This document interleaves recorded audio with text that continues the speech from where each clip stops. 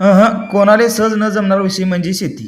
तर नमस्कार मित्रांनो, मी आज तुम्हाला घेवडा तारकाठी कशी करायची याची पूर्ण माहिती देणार आहे. घेवड्यात काट्या पसरून घ्यायच्या आणि त्यानंतर दोन्ही साईडला खोटे रवून घ्यायचं. खोटा हा जमिनीमध्ये 1 ते 1.5 फूट आत खाली गेला पाहिजे, जेणेकरून परत निघणार नाही याची काळजी घ्यायची. घेवड्याच्या दोन्ही ओळीमधील अंतर 7 फूट आहे आणि दोन्ही रोपांमधील अंतर हा 1.5 फूट आहे. खोटे रवण्यासाठी तुम्ही लोखंडी रॉडचा वापरही करू शकता आपल्या सोयीनुसार.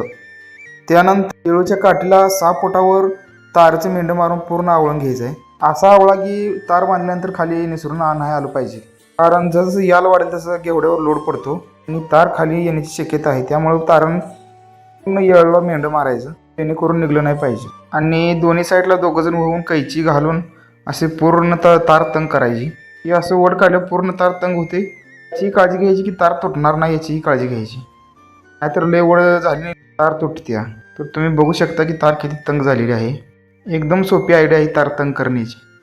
आणि त्यानंतर आपण मध्ये काट्या घालू शकतो. दोन्ही कैची काठीमधील अंतर हा 10 फूट ठेवायचं. जास्त ठेवलं तर तार लंबते. मित्रांनो, ही माहिती कशी वाटली कमेंटमध्ये नक्की सांगा. लाईक करा, शेअर करा.